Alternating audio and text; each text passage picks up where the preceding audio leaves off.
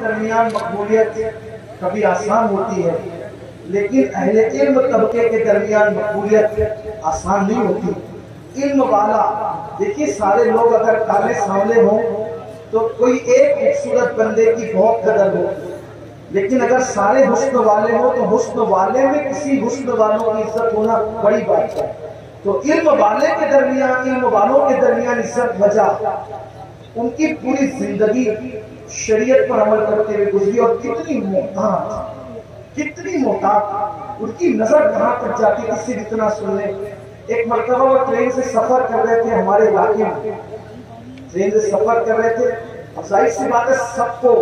ایک تمنا رہتی تھی کہ حضرت جلدی تشریف لائیں، تو لوگ بار بار فون کر رہے تھے کہ حضرت کہاں پہنچے۔ خادموں کو فون کیا جا رہا تھا، صحیح جواب نہیں پا رہا تھا، تو کسی قریبی مرید نے ڈائریکٹ حضرت کو فون کیا، حضرت کہاں پہنچے؟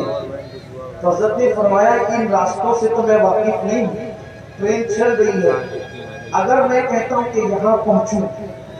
اور وہاں نہیں پہنچوں گا تو جھوٹ ہو جائے گا، تو اس لیے اتنا بتاتا ہوں کہ فلاں اسٹیشن سے نکلا ہوں، اس کو اتنا ٹائم گزرا اور فلاں اسٹیشن آنے والا ہے، اب تم خود اندازہ لگا لو کہ میں کہاں پہنچوں۔ میں نہیں کہتا جھوٹ سے، دیکھیں کتنی احتیاط۔ ایک مرتبہ ایک خطیب صاحب تقریر کر رہے تھے، تقریر کرتے کرتے انہوں نے دوران تقریر جو ہے بلکہ ابتدائے تقریر خطبہ پڑھا، تو خطبے میں بہت سارے لوگ پڑھتے ہیں نحمدہ و نصلی علی رسول کریم، اما بعد، پھر کہتے ہیں قال اللہ تبارک و تعالی،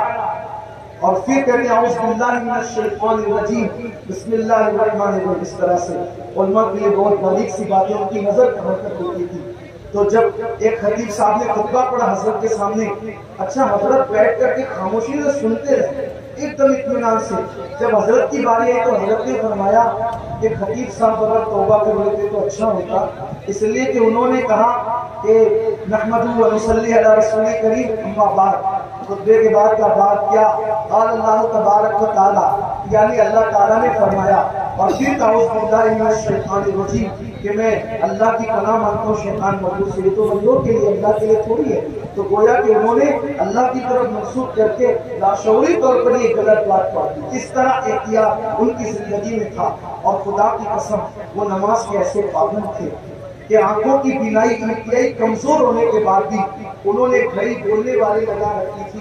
اور ہم نے بھی ان کو دیکھا کہ وہ بار بار چاہے وہ کان کی طرف گھڑی لے جاتے اور بٹن دبا کر کے ٹائم سنتے کہ نماز کا وقت تو نہیں ہو گیا، اور جب نماز کا وقت شروع ہوتا تو ان کی خصوصیت تھی کہ وہ شروع وقت ہی میں نماز ادا کرتے تھے۔ اس طرح ان کی زندگی شریعت مطالعہ کی پابند تھی، اسی لیے ان کے چلے جانے کے بعد بھی لوگوں کے دل میں ان کی محبت کی شمع جل رہی ہے، اور جب تک انشاءاللہ چاند و سورج نکلتے رہیں گے، اختر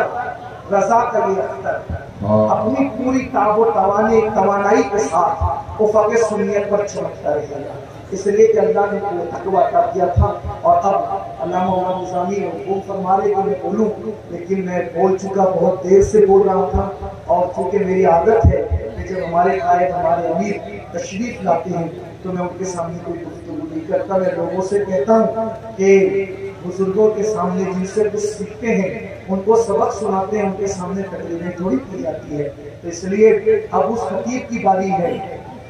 علماء پور والے انٹرنیٹ کی دنیا نے مٹھی میں دنیا کو کر رکھا ہے، ایسا نہیں کہہ سکتے کہ کون کس کو نہیں جانتا، کون کس کو جانتا ہے، اب دنیا سب ایک دوسرے کو جانتے ہیں کہ دنیا مٹھی میں آ گئی ہے۔ آپ نے انٹرنیٹ، حضرت پہلی بار آئے شاید، لیکن انٹرنیٹ کے ذریعے سے آپ نے حضرت کے خطابات سنے ہوں گے، اور بہت خوبصورت خطاب۔ میں تو یہ کہتا ہوں آپ کے سامنے کہ ہم لوگوں کی درجنوں تقریر پر